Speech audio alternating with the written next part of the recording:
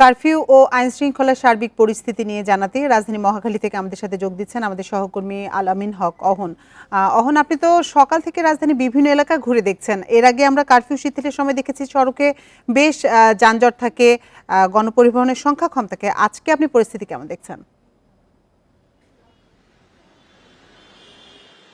আজ গণপরিবহন যেমন বেড়েছে, ঠিক জনমনে স্বস্তি ফিরেছে, তারা রাস্তায় নেমেছেন, যে কারণে অনেকটা স্বাভাবিক চিত্র। তবে একটুখানি অস্বাভাবিক সেই চিত্র যদি আমি দেখাতে চাই, সেটি যে এত বেশি যানবাহন বেড়েছে যে কারণে যানজট শুরু হয়ে গেছে এবং উত্তরা এয়ারপোর্ট রোড একেবারে স্থবির হয়ে আছে। আমি দেখেছি বনানী থেকে তার পরের অংশ অর্থাৎ এয়ারপোর্টের দিকে এগুতে গেলেই যানজটে স্থবির হয়ে থাকে। যেগুলো অনেক গাড়ি আমি দেখেছি যারা আবার ইউটার্ন নিয়ে ঘুরে হয়তো ওই পথটি এড়িয়ে যাওয়ার চেষ্টা করছে। আইন শৃঙ্খলা বাহিনীর সদস্যদের টহলও বেড়েছে, বিশেষ করে গত কয়েকদিন যেমন যখন শিথিল হয়ে যায় তখন যে টহলের মাত্রা, সেই টহলের মাত্রার চাইতে আমার কাছে মনে হয়েছে আজ আইন শৃঙ্খলা বাহিনীর টহল বেড়েছে। এটির একটি কারণ হতে পারে যে শিক্ষার্থীদের একটি অংশ কিন্তু আজও আন্দোলনের ডাক দিয়েছেন, যে কারণে হয়তো সেই টহলের মাত্রা বাড়ানো হয়েছে। জনমনে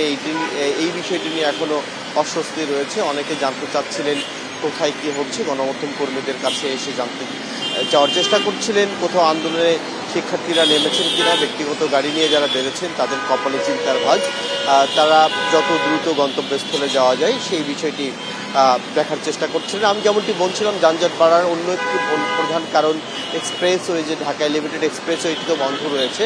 অন্যান্য সময় যে গাড়িগুলো এক্সপ্রেসওয়ে হয়ে যাতায়াত করতো সেই গাড়িগুলো মূল সড়কে নেমেছে, যে কারণে যানজট বেড়েছে। একই সঙ্গে যদি আমি মিরপুরের কথা বলি, সেখানে মেট্রো রেল বন্ধ রয়েছে। প্রতিদিন হাজার হাজার যাত্রী সেই মেট্রো রেলে যাতায়াত করতেন, সেই সব যাত্রী এখন সড়কে নেমেছেন।